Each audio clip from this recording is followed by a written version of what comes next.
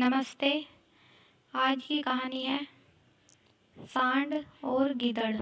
एक किसान के पास एक बिगड़ैल सांड था।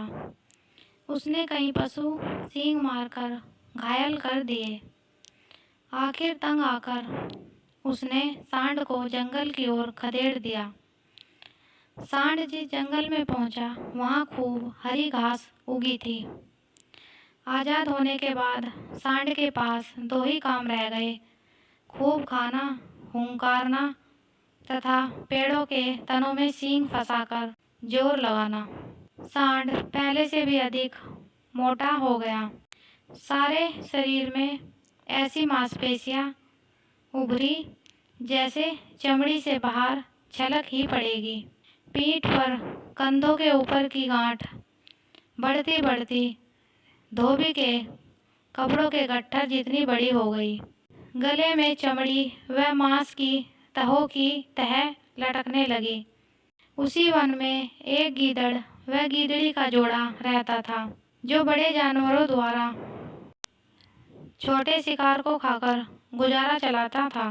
स्वयं वह केवल जंगली चूहों आदि का ही शिकार कर पाते थे।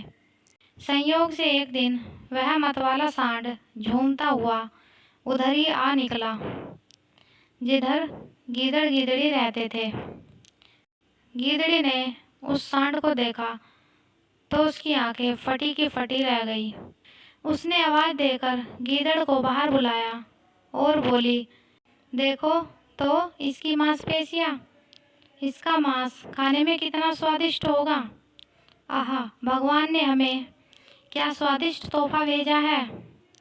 गीदड़ ने गीदड़ी को समझाया, सपने देखना छोड़ो, उसका मांस कितना ही चर्बीला और स्वादिष्ट हो, हमें क्या लेना।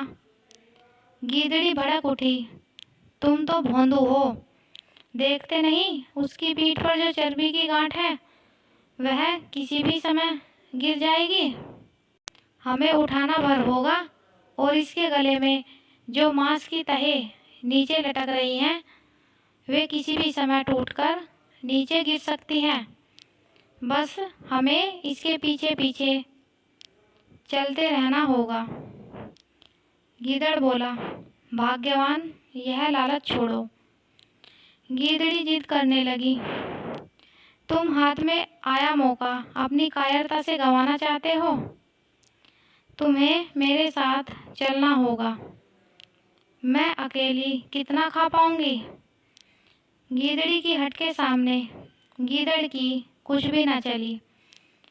दोनों ने सांड के पीछे पीछे चलना शुरू किया। सांड के पीछे चलते चलते उन्हें कई दिन हो गए, पर सांड के शरीर से कुछ नहीं गिरा। गीदड़ ने बार बार गीदड़ी को समझाने की कोशिश की, गीदड़ी, घर चलते हैं, एक दो चूहे मारकर पेट की आग बुझाते हैं। गीदड़ी की अकल पर तो पर्दा पड़ गया था। वह ना मानी, नहीं, हम खाएंगे तो इसी का मोटा ताजा स्वादिष्ट मांस, कभी ना कभी तो यह गिरेगा ही। बस दोनों सांड के पीछे लगे रहे। भूखे प्यासे एक दिन दोनों गिर पड़े और फिर उठ ना सके। कहानी से सीख, अधिक लालच का फल सदा बुरा होता है। धन्यवाद।